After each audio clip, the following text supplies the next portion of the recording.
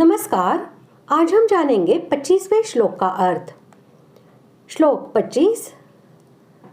शनैः शनैरुपरमेत् बुद्ध्या धृतिगृहीतया आत्मसंस्थं मनः कृत्वा न किंचिदपि चिंतयेत्। श्लोक का अर्थ, क्रम से अभ्यास करता हुआ उपरति को प्राप्त हो तथा धैर्ययुक्त बुद्धि के द्वारा मन को परमात्मा में स्थित करके परमात्मा के सिवा और कुछ भी चिंतन न करें। पिछले श्लोक में मन के द्वारा इंद्रियों को बाह्य विषयों से सर्वथा हटा लेने की बात कही गई है, परंतु जब तक मन विषयों का चिंतन करता है तब तक न तो वह परमात्मा में अच्छी तरह एकाग्र हो सकता है और न वह इंद्रियों को भली भांति विषयों से खींच ही सकता है।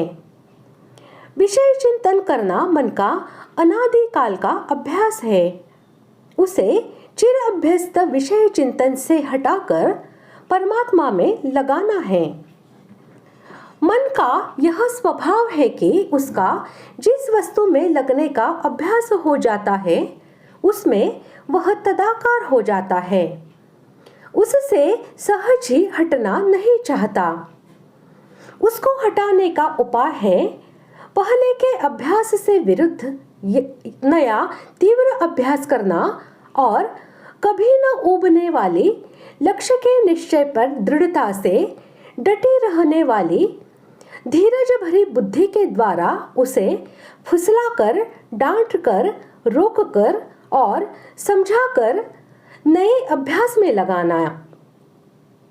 धीरज छोड़ देने से या जल्दी करने से काम नहीं चलता। बुद्धि दृढ़ रही और अभ्यास जारी रहा तो कुछ ही समय में मन पहले विषय से सर्वथा हटकर नए विषय में तदाकार हो जाएगा।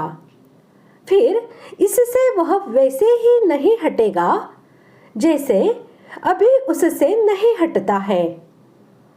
इसीलिए भगवान शनैः शनैः यानी कि क्रम से उपरत होने तथा धैर्ययुक्त बुद्धि से मन को परमात्मा में स्थित करने के लिए कहकर यही भाव दिखला रहे हैं कि जैसे छोटा बच्चा हाथ में कैंची या चाकू पकड़ लेता है, तब माता जैसे समझा बुझाकर और आवश्यक होने पर डांट डपट कर भी धीरे धीरे उसके हाथ से चाकू या कैंची छीन लेती है, वैसे ही विवेक और वैराग्य से युक्त बुद्धि के द्वारा मन को सांसारिक भोगों की अनित्यता और क्षणभंगुरता समझाकर और भोगों में फंस जाने से प्राप्त होने वाले बंधन और नरकादि यातनाओं का भय दिखलाकर उसे विषय चिंतन से सर्वथा रहित कर देना चाहिए। यही शनैः शनैः उपरति को प्राप्त होना है। जब तक मन विषय चिंतन का सर्वथा त्याग न कर दे तब तक साधक को चाहिए कि प्रतिदिन आसन पर बैठकर पहले इंद्रियों को बाह्य विषयों से रोके, पीछे बुद्धि के द्वारा शनैः शनैः मन को विषय चिंतन से रहित करने की चेष्टा करे और इसी के साथ साथ धैर्यवती बुद्धि के द्वारा उसे परमात्मा में स्थित करता रहे। परमात्मा के तत्व और रहस्य को न जानने के कारण जिस बुद्धि में स्वाभाविक ही आसक्ति, संशय और भ्रम रहते हैं, वह बुद्धि न स्थिर होती है और न धैर्यवती ही होती है और ऐसी बुद्धि अपना प्रभाव डालकर मन को परमात्मा के ध्यान में स्थिर भी नहीं कर सकती।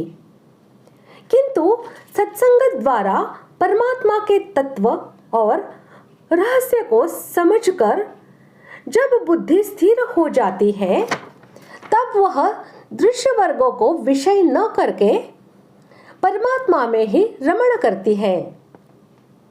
उस समय उसकी दृष्टि में एक परमात्मा के सिवा और कुछ भी नहीं रह जाता। तब वह मन को भली भांति विषयों से हटाकर उसे परमात्मा के चिंतन में नियुक्त करके क्रमशः उसे तदाकार कर देती है। यही धैर्य युक्त बुद्धि के द्वारा मन का परमात्मा में स्थित कर देना है। परमात्मा के सिवा और कुछ भी चिंतन न करे, इसका यह भाव है कि मन जब तक परमात्मा में निरुद्ध होकर सर्वथा तद्रूप नहीं होता, अर्थात जब तक परमात्मा की प्राप्ति नहीं हो जाती, तब तक मन का ध्येय वस्तु में यानी परमात्मा में ही निरंतर लगे रहना निश्चित नहीं है। इसीलिए तीव्र अभ्यास की आवश्यकता होती है।